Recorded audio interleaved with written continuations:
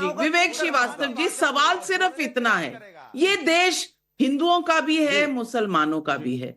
सवाल ये है कि एक तरफ की बात क्यों होती है, एक तरफ की बात क्यों होती है। मोहब्बत की दुकान अगर खोलनी है तो फिर मोहब्बत की दुकान खोल कर दिखाइए तो सही।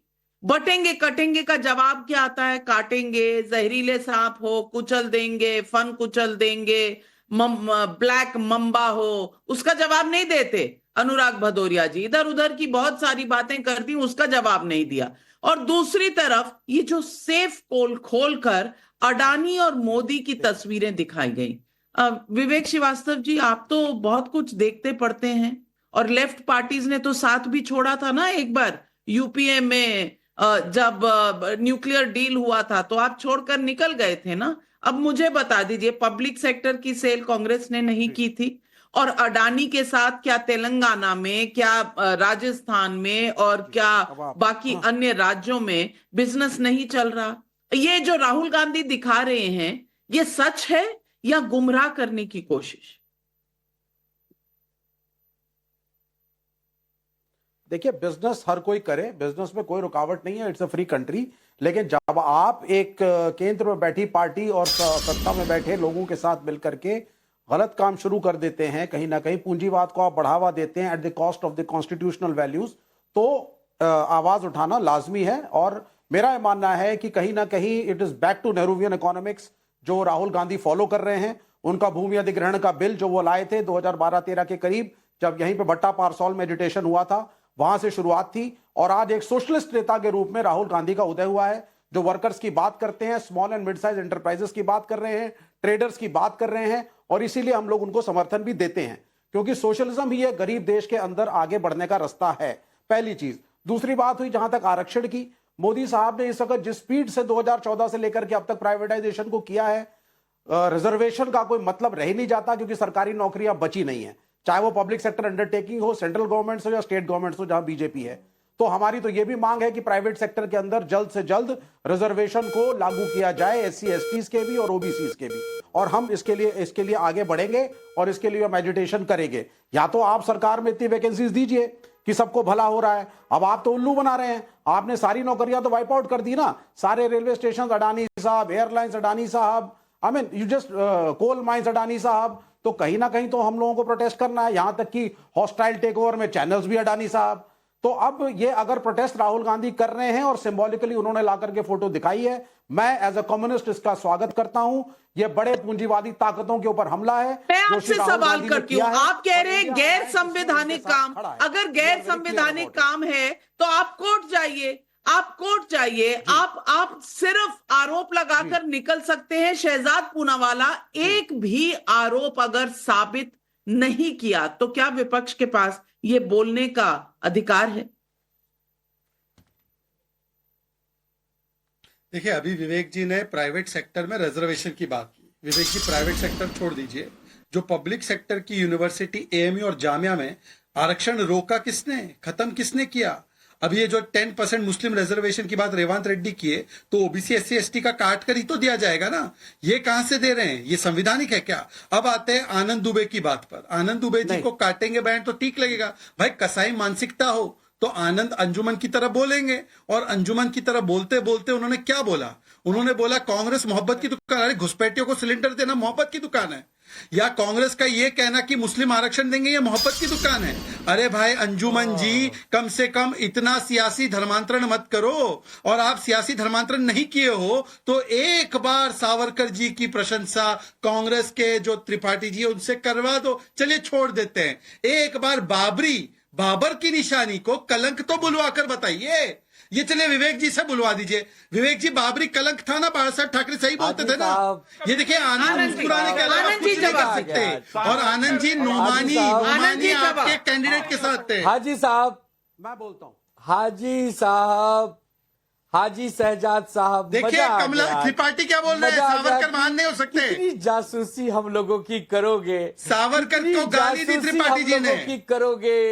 हम राहुल गांधी जी से क्या सुनना चाहते, राहुल गांधी जी हमसे क्या बात करना चाहते, इसकी जासूसी कब से शुरू कर दिया आपने? हम 30 वर्ष कांग्रेस पार्टी के खिलाफ लड़े, बहुत सारे चुनाव एक दूसरे के खिलाफ लड़े। राहुल गांधी जी और बाला साहब ठाकरे जी का कभी कोई ऐसा संवाद नहीं हुआ, कोई मुलाकात नहीं हुआ। हमने बहुत सारे तीर उन पर चलाए, उन्होंने हम पर चलाए, वो सब समय चला गया। आपको याद नहीं आता कि बाला साहब ठाकरे जी बीजेपी को जब कमलाबाई बुलाया करते थे तो कितना तड़पते थे आपके नेता लोग? याद है ना, क्या क्या कहा करते थे, क्या क्या प्रहार करते रहते। हमारे कंधों पर बिठाकर आपको महाराष्ट्र घुमाया, हम आपको बड़ा किए, आपको ये कहा कि जाओ देश आप संभालना, राज्य हम संभालेंगे, तो हमारे पीठ पे छुरा भोंक दिया। आदरणीय हिंदू हृदय सम्राट बाला साहब ठाकरे जी की बनाई गई पार्टी को महाशक्ति बन के अहंकार में चूर होकर तोड़ दिया। इसका करारा जवाब मिलेगा।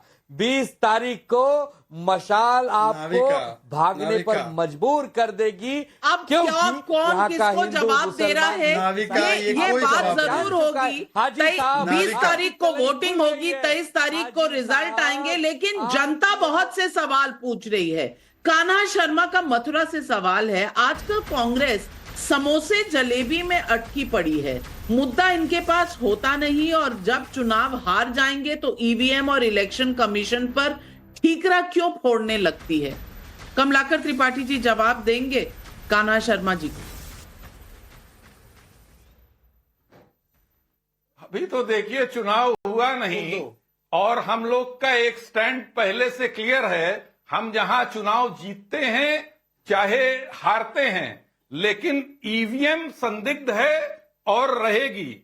और जो आप सेफ की बात कर रही थी ना, जरा ये फोटो देख लीजिए नाविका जी, ये अडानी जी के प्राइवेट जेट में माननीय मोदी जी बैठे हुए हैं उन दोनों लोग के साथ, और ये कोई जो है वो किसी प्रदेश के डेवलपमेंट की डील नहीं हो रही है। तो ये इनके चुनाव प्रचार के दौरान की फोटोग्राफ्स हैं। तो आप बेसिक चीज ये समझिए कि जिस तरीके से लूट शहजाद पूनावाला जी भी कोई तस्वीरें दिखा रहे हैं। शहजाद भाई, आप कौन सी तस्वीरें दिखा रहे हैं? सर्वजन को लेकर के चलने वाले लोग हैं। ये तस्वीर है शरद पवार जी, एक सेकंड बीच में नहीं, नाविका वन बाय वन होगा डिबेट। हाँ जी, बोलिए। ये है शरद पवार जी, उनके साथ नाविका जी, ये है शरद पवार जी अडानी जी के साथ उनके प्रोजेक्ट का फीता काटते हुए। ये है अडानी जी गहलोत जी के साथ बैठे हुए। ये है अडानी जी रॉबर्ट वाड्रा ममता दीदी के साथ खड़े हैं। ये है अडानी जी के साथ मिस्टर वाड्रा जी जो उनके कमरे में बैठे हुए हैं। तो अपने साथ बैठे हैं अडानी तो चमत्कार, दूसरों के साथ बैठ जाए तो वो गुनेगार। दूसरी बात मैं पूछना चाहता हूं, इनके समय पर कौन सेफ था? कांग्रेस के समय पर वक्फ सेफ, आतंकी safe, Pakistan safe, vote bank वाले नोमानी सेफ, केवल यही लोग सेफ थे। और आखिरी में एक बार सावरकर जी की प्रशंसा करवा दीजिए। अंजुमन जी बाला साहेब ठाकरे जी जो हिंदुत्व पे बोलते थे, सावरकर शहजाद पूनावाला, सावरकर के बारे में आप नहीं बोलते हैं। आनंद जी, आप छोड़ दीजिए ना, आप कितनी बार तो कोशिश कर चुके हैं। आनंद जी इस चक्कर में नहीं पड़ रहे। संजीव पाल रतलाम से पूछ रहे हैं, कांग्रेस के सीएम जब अडानी अंबानी से इन्वेस्टमेंट वाला गिफ्ट लेते हैं तब तो राहुल गांधी की जुबान नहीं खुलती, लेकिन जैसे ही चुनाव आता है तो राहुल अडानी और अंबानी का नाम क्यों जपने लगते हैं? राम कुमार शर्मा का करनाल से सवाल है, क्या विपक्ष को अभी से हार का डर सताने लगा है? क्या हरियाणा वाला हाल महाराष्ट्र और झारखंड में भी होने वाला है, इसलिए अभी से फेक नैरेटिव बनाने के लिए जुट गई है?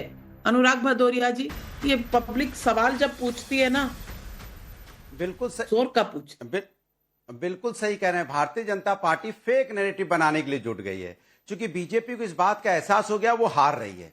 जब वो हार रही है तो मुद्दों से भाग रही है। अब मुद्दों से भाग रही है लेकिन मुद्दा उनके पीछे पड़ा है। वो आगे भागे जाने, भैया मेरा पीछा छोड़ो, लेकिन मुद्दा पीछा नहीं छोड़ रहा है। पूछ रहा है, नवाब मलिक को आप कहते थे कि दाऊद का आदमी, आज आप कैसे उसको चुनाव लड़ा रहे हो? आप कैसे, आपने उनको जेल में भी डाला था। इसके मतलब या तो तब झूठ बोल रहे थे या अब झूठ बोल रहे हो, तो इसके मतलब आपको सत्ता चाहिए। तो आपके तो पीछे मुद्दे हैं ना। कंगना रनावत जी कहती थी किसान आंदोलन में किसान वहां पे किस तरह का हो रहा था कि वहां पे लाशें टंगी हुई थी, महिलाओं के साथ रेप हो रहा था, यही तो कह रही थी ना तो ये आपकी सांसद इस तरह की बातें कर रही थी, तो आप मुद्दों से भाग क्यों रहे हैं? मुद्दा आपके पीछे है और आप आगे भाग के छुपना चाहते हो। किसकी आड़ में? नारों की आड़ में। नारे दे दे के आप छुपना चाहते हो, बटोगे तो कटोगे। तो बटने का तो मैंने बता दिया, अंग्रेजों के पश्चिम पे आप यहां चल रहे हो, बटने की बात तो आप ही कर रहे हो ना। आप तो इंसान को तो पार्टी भी बांट देते हो, समाज भी आप बांट रहे हो। काटने की आप बात बांट कर के रहे हो। सत्ता पाना चाहते हो, इसीलिए आप विपक्ष काटने की बात कर रहा है, वो सुनाई नहीं दे रहा। अनुराग भदौरिया जी, काटने की बात हो रही है, सब्जी काटने की नहीं। नहीं, सुन लीजिए, बांटने और काटने, बटोगे तो कटोगे, यही कर रहे हैं। एक है तो सेफ है, कौन भैया एक नहीं है? हम तो कहते हैं भारत के लोग तो सब एक हैं। यहाँ तो हमारा सनातन यही कहता है कि वसुधैव कुटुंबकम की बात करने वाले हम लोग हैं। करण वर्मा जी, करण वर्मा जी, भाषा बोलने वाले लोग हैं। ये कौन लगता है करण नफरत की वर्मा बात जी, करते हैं? समाजवादी कौन पार्टी लगता है को नफरत की कांग्रेस राजनीति ने करते क्या कहा था मध्य प्रदेश में? ये एक है क्या? कितनी सीटें मांगी थी, कितनी मिली महाराष्ट्र में? ये एक है क्या? हरियाणा में सीटें मिली थी। हैं? अच्छा, उससे